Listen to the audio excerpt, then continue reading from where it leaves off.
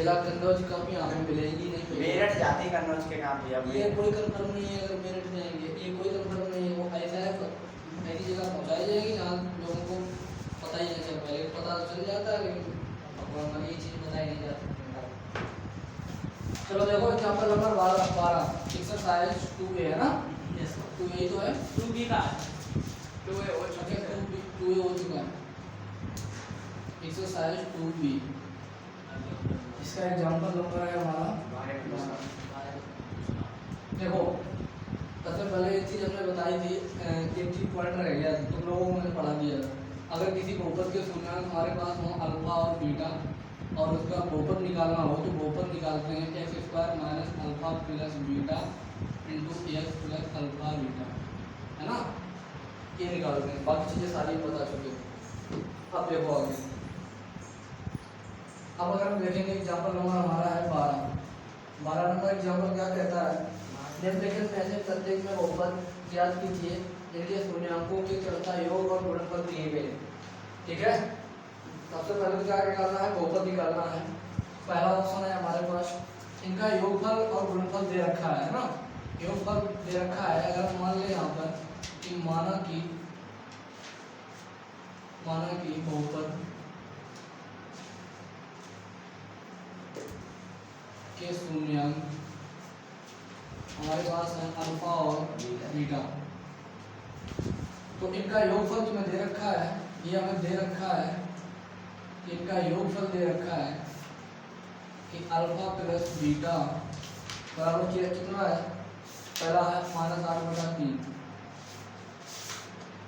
और alpha beta हमारे पास दे रखा है, कितना दे रखा है 4/3।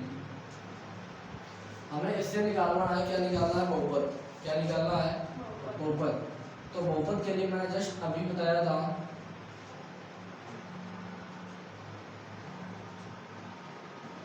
बहुपद के लिए क्या हो जाएगा हमारा x square minus alpha plus beta into x plus alpha beta. Just 1 minute पहले अभी बताया।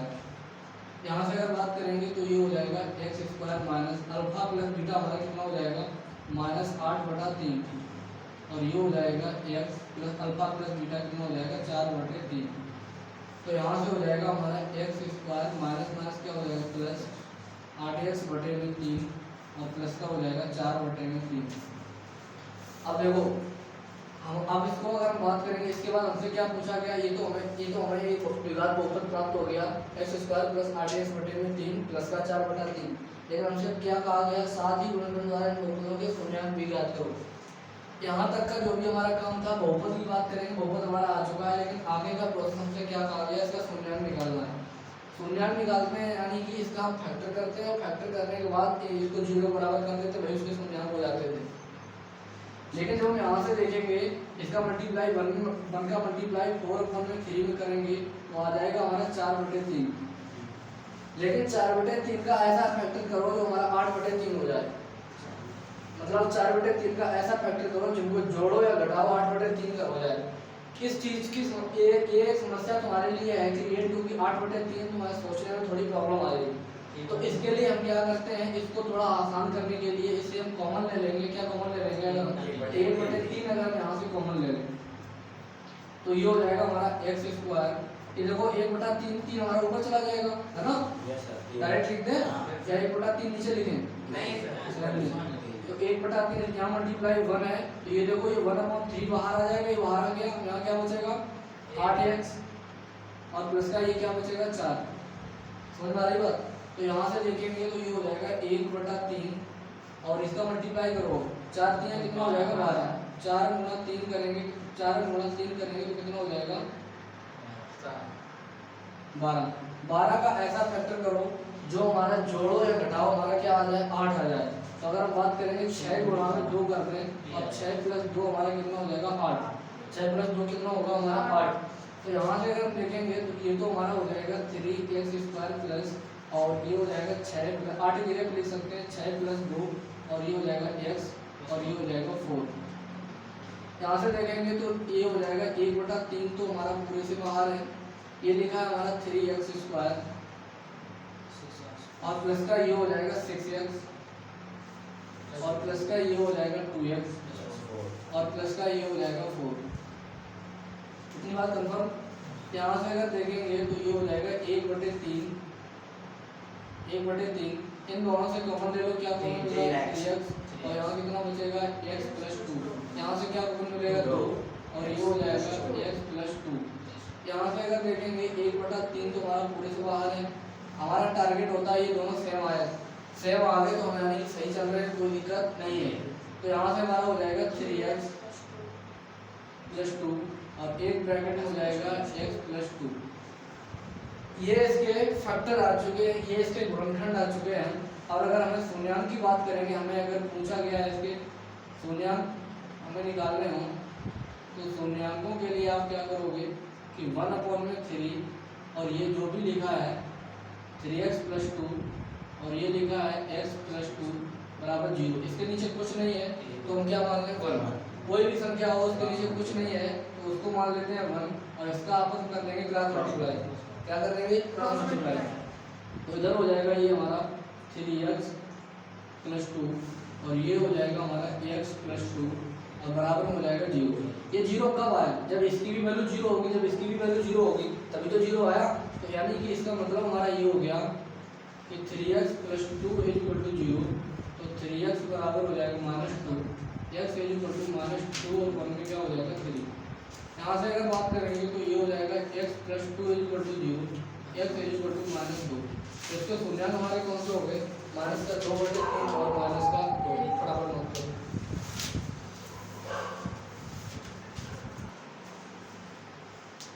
चलो देखो क्वेश्चन नंबर 12 का दूसरा, इसमें पहले ही कहा गया था शून्यांकों का योगफल और गुणनफल दे रखा है ना। शून्यांकों का योगफल हमें दे रखा है। शून्यांक हमने माने थे कौन से? अल्फा और बीटा। इनका योगफल तुम्हें दे रखा है -2 √3 और अल्फा और बीटा कितना दे रखा है? -9। हमें बहुपद चाहिए पहली बात तो, है ना।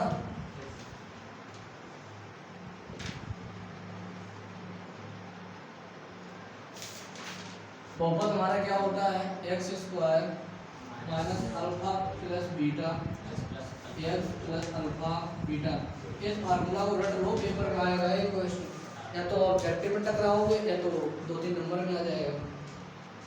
तो ये हो जाएगा हमारा x² - अल्फा + बीटा कितना आएगा मेरा? -2 √3 और इधर हो जाएगा x। अल्फा बीटा कितना है? -9। तो ये हो जाएगा x² माइनस क्या हो जाएगा? +2 √3 x + नहीं -9। ये हमारा हो गया बहुपद। ठीक बात, कितनी बात कंफर्म है। अब हमें क्या करना है? इसके शून्यांक निकालने हैं। शून्यांक के लिए क्या करना है? इसका हमें फैक्टर करना है ना। तो अगर हम बात करेंगे इसके आगे कुछ नहीं है तो क्या है हमारे पास? 1 है। अगर 1 का मल्टीप्लाई करेंगे 9 में तो ये हो जाएगा 9। 9 के ऐसे फैक्टर करो, 9 के ऐसे फैक्टर करो जिससे हमारा क्या आ जाए? 2 √3 आ जाए। तो ध्यान से समझो, 9 के फैक्टर क्या हो सकते हैं? या तो 9 × 1 करो तो आ जाएगा 9, है ना। और 9 की अगर बात करेंगे तो ये कितना हो जाएगा मेरा? 9 - 1। 9 - 1 कितना आ जाएगा? 8। क्या यहाँ पर 8 है? देखो 8 में पहले तो यहाँ पर अंडर रूट लिखा है ना।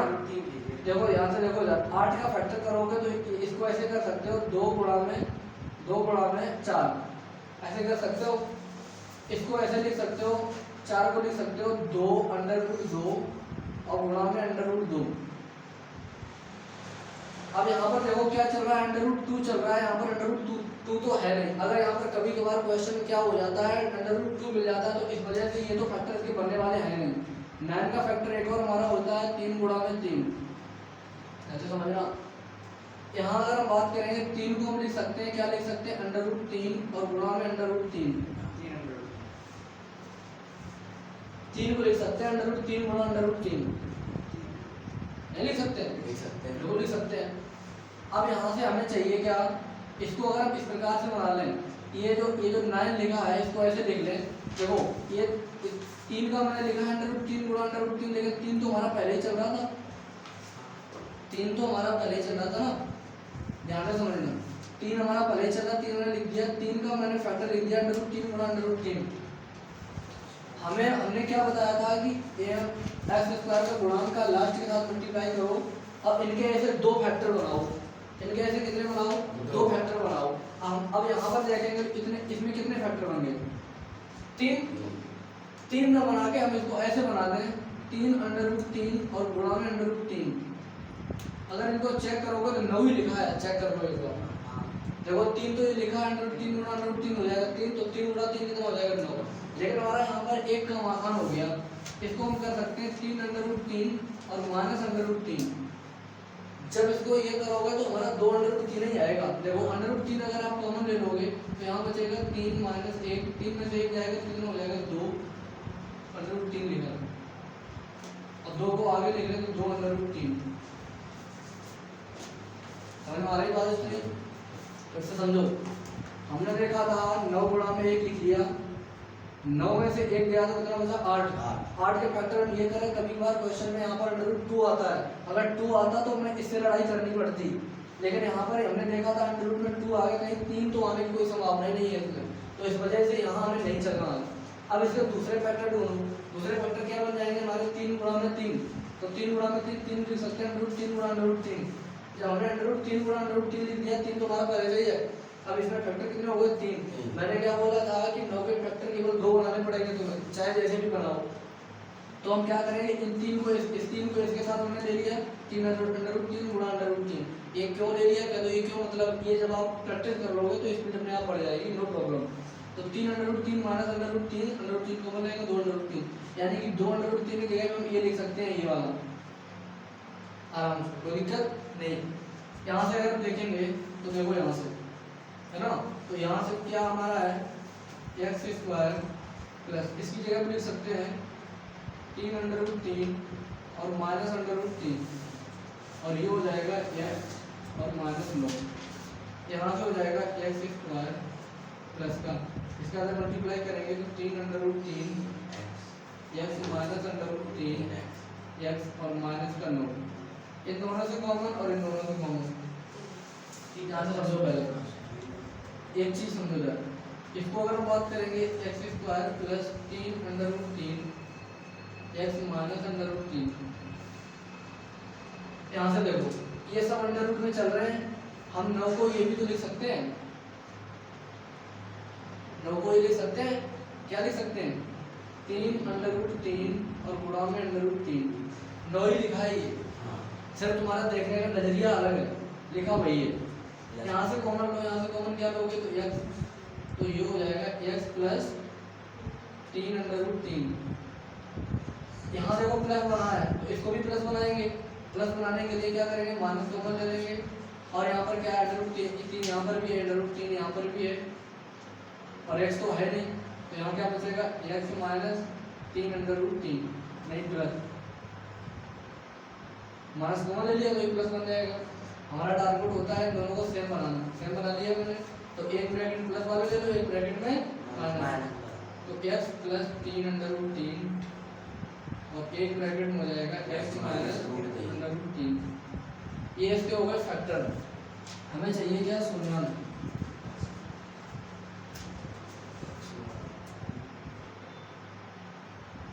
तो ध्यान के लिए अगर हम बात करेंगे तो x प्लस 3√3 और फिर क्या है मेरा x माइनस √3 है ना, एक इसके बराबर हो जाएगा 0 बराबर हो जाएगा, तो यानी किसकी वैल्यू 0, इसकी वैल्यू 0। x प्लस 3√3 बराबर 0, तो x बराबर माइनस 3√3। यहाँ से अगर बात करेंगे तो x माइनस √3 बराबर 0, तो x बराबर √3, तो ये इसके शून्य होगा। ठीक है, नोट करो फटाफट।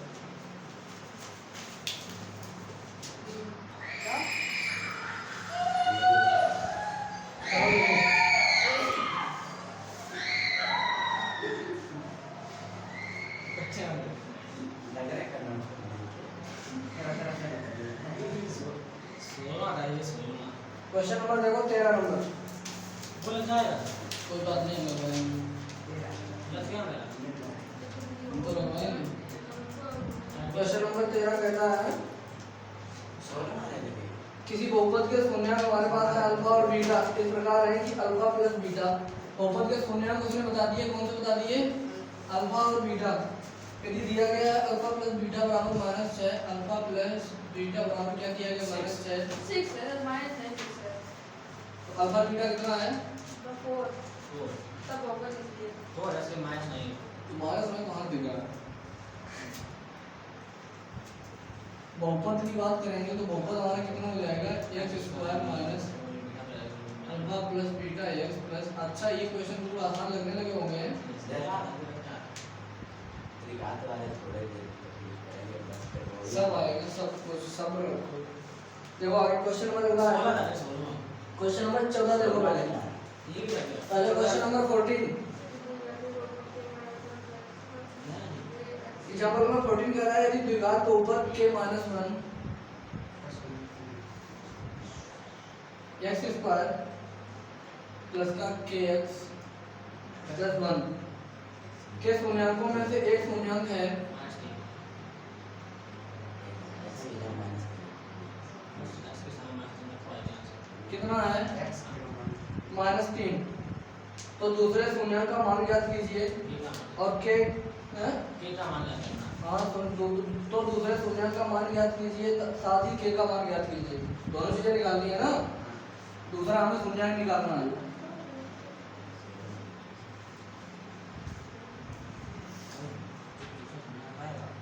उसके बाद ये संदर्भ के बाद ये स्थान पर अच्छा है और k की वैल्यू डिफाइन करनी है।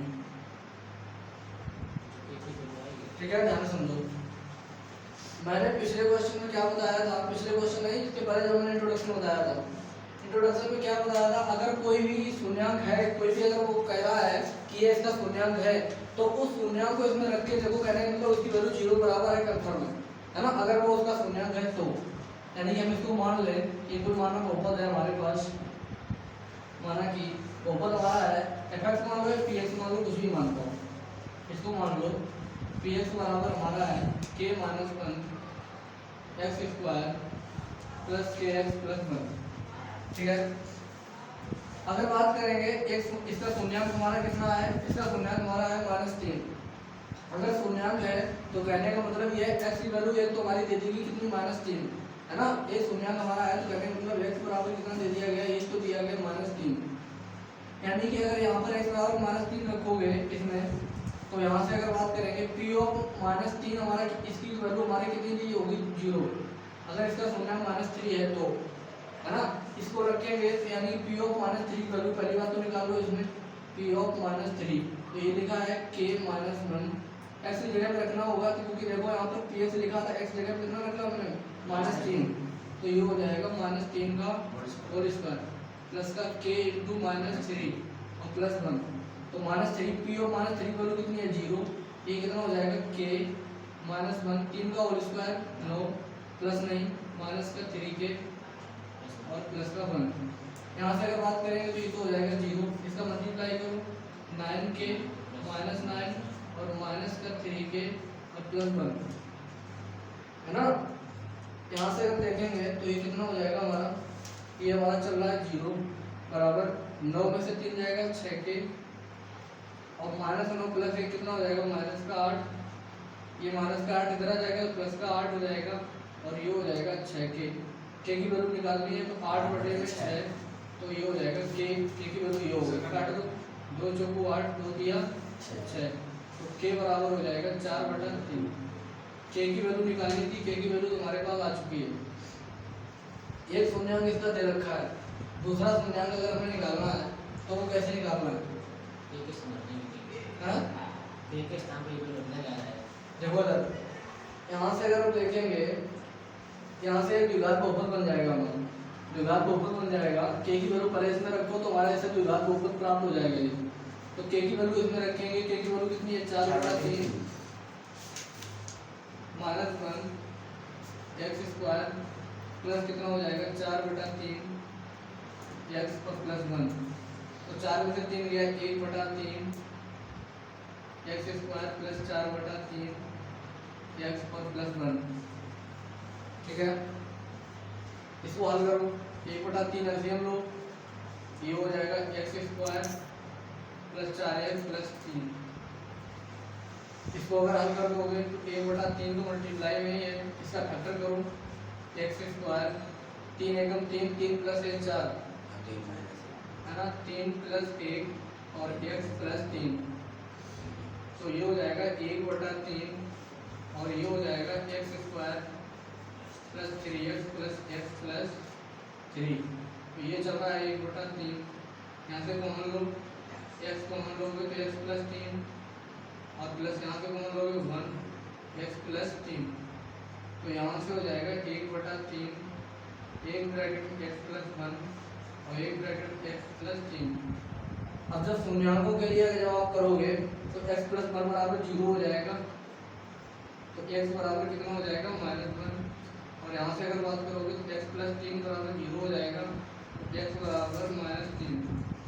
एक तो शून्याङ्क वो दे रखा -3, तो दूसरा शून्याङ्क क्या हो गया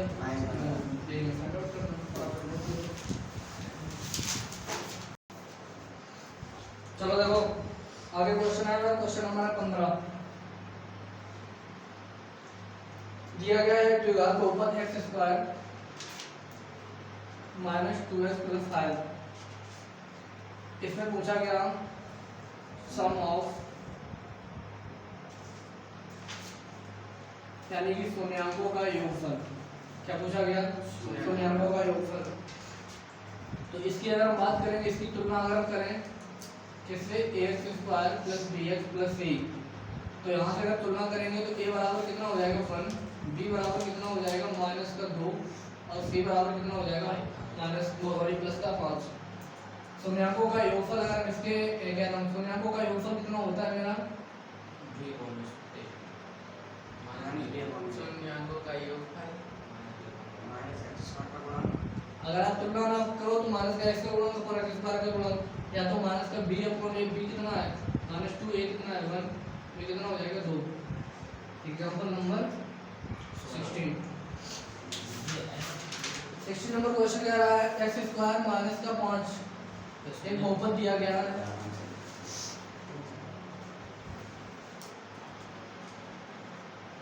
x स्क्वायर माइनस 5 नहीं, x स्क्वायर माइनस 5 के शून्य होंगे, इसके शून्य पूछे गए, सीधा देखो इसके शून्य पूछे गए तो क्या करेंगे, इसको 0 बराबर कर देंगे, px बराबर मान लो, इसको मान लो कि px बराबर हमारा लिखा है x स्क्वायर माइनस 5, ठीक है।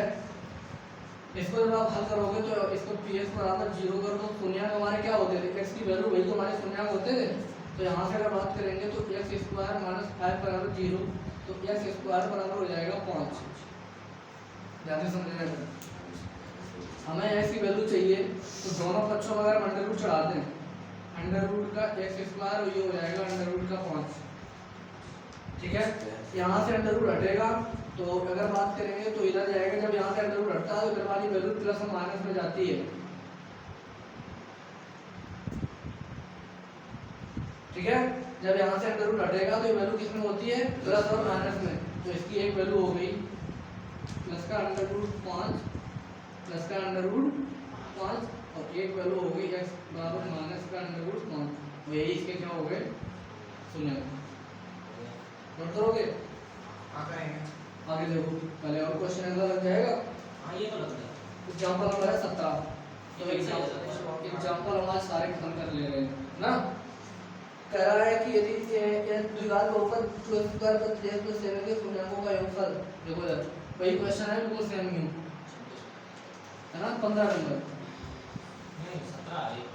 अरे 15 नंबर का 2x square plus 3x plus 7, ठीक है। या तो आप ये लिख लो शून्याङ्कों का योगफल ही पूछा गया, योगफल शून्याङ्कों का योगफल बराबर कितना होता है, माइनस का x का गुणांक और अपॉन में क्या हो जाएगा,